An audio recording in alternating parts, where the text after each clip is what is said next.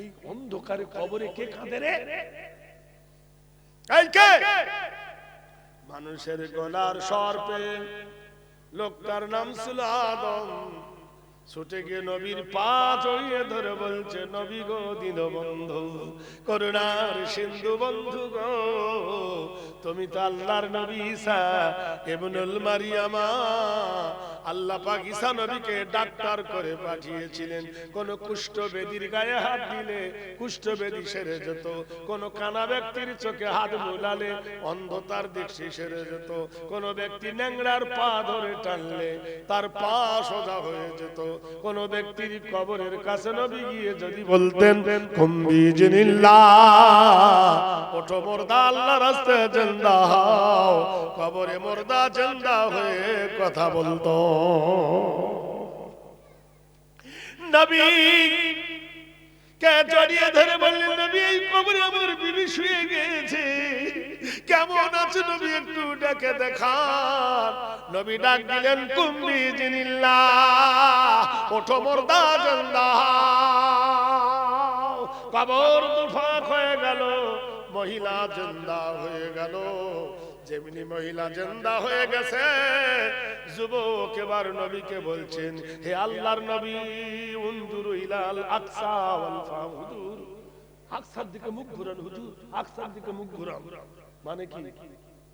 সামনাসামনি কথা বলবো, নবীর সামনে লজ্জা লাগবে, বিবিকে আলাপ করব, নবী মুখটা আকসার দিকে করে নাও, বিবিকে আমি সোহাগ করব। নারায়ে তাকবীর।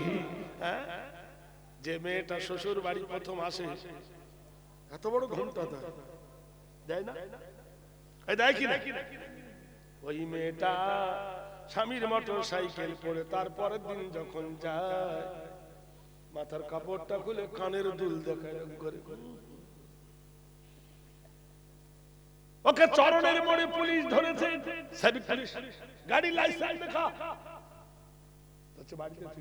ব্লু বুক দেখা, আইডেন্টি কার্ড দেখা, লাইসেন্স দেখা, সব বাড়িতে পুলিশ একবারই বলে, কেন?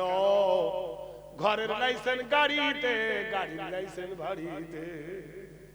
বিয়ে করা হলো সুন্নত, বিয়ে করা আর বোর পর্দা করাটা কি সুন্নত? হ্যাঁ, তা ফরজ বড় না সুন্নত বড়?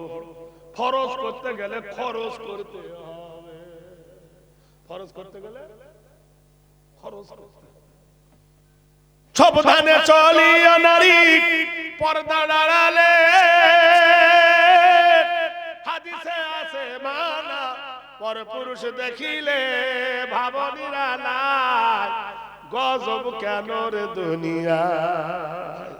নারীরা বলে স্বাধীন হব, আর পুরুষের দরকার নাই, পুরুষ নিয়ে কি করিব আমরা, এবার বেতন পাই। জেনে রেখে দিও, এইবার বেতন কত টাকা পাবে? 1000 টাকা করে এখন বেতন পাবে। ভাইরা আমার, বন্ধুরা আমার, চিন্তা করে দেখো বন্ধুগণ, মন দিয়ে শোনো রে বন্ধু, চিন্তা করে দেখো, নারীর বাজার আজ গরম হয়ে গেছে, পুরুষের বাজার ঠান্ডা হয়ে গেছে। পুরুষের নাম দেশে বেকার, বেকার মানে ভিখারি। আরে নারীদেরকে আল্লাহ পাক রব্বুল আলামিন এত স্বাধীনতার পর দিয়েছেন, এত মর্যাদার পর দিয়েছেন, তারাই দেখো আজ সন্ধ্যার পথে চলে গেছেন। আজকে তাদের খবর যদি তুমি রাখো, তাদের খবর যদি তুমি রাখো বন্ধু, তাহলে তুমি জানতে পারবে কোন পর্যায়ে তারা পৌঁছে গেছে। নারায়ে তাকবীর, আরো জোরে বলেন নারায়ে তাকবীর।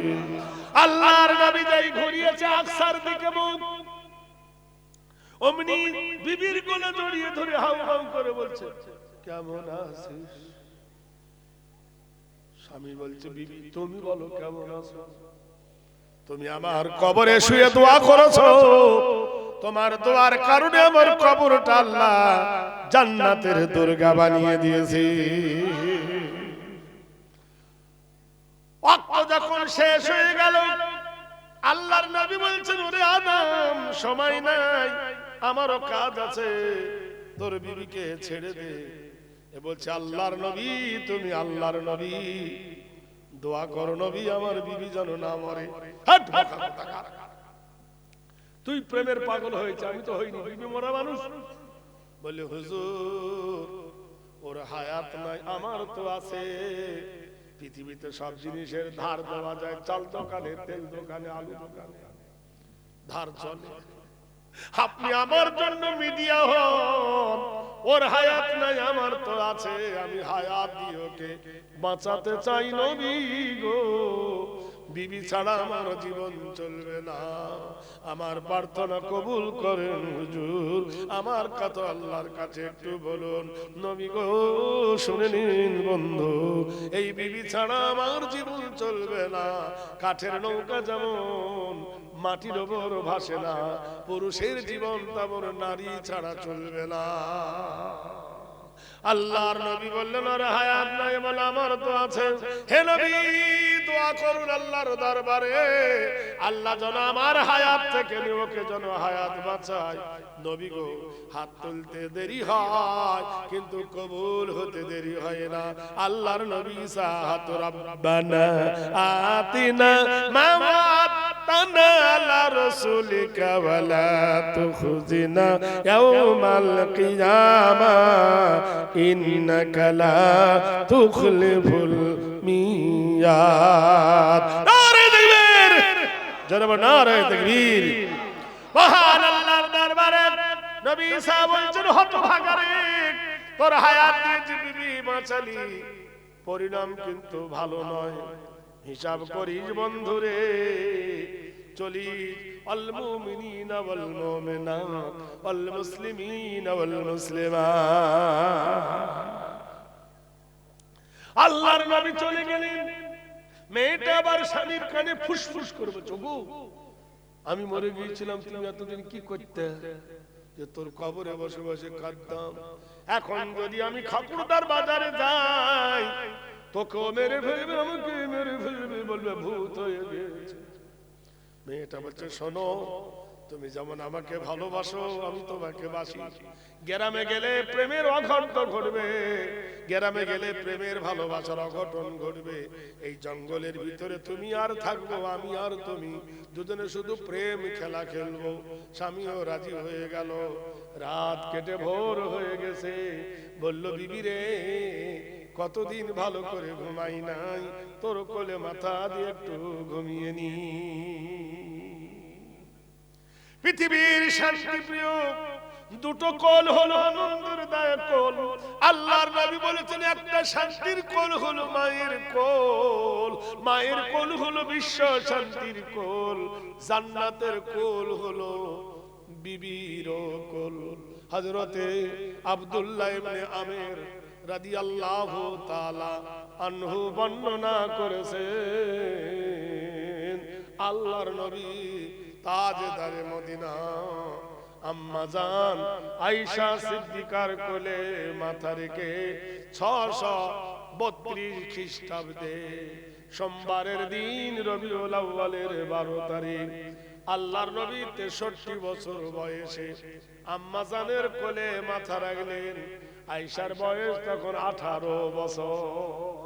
আম্মা জানের কোলে মাথা রেখে রাসূল শেষ নিঃশ্বাস ত্যাগ করলেন। ইন্না লিল্লাহি ওয়া ইন্না ইলাইহি রাজিউন। নবী নাই, নবী নাই, নবী নাই। ওসমান গনি বোবা হয়ে গেছে। আলী মাটিতে গড়াগড়ি দিচ্ছে, এদিক থেকে ওদিক যায়, ওদিক থেকে এদিক হয়।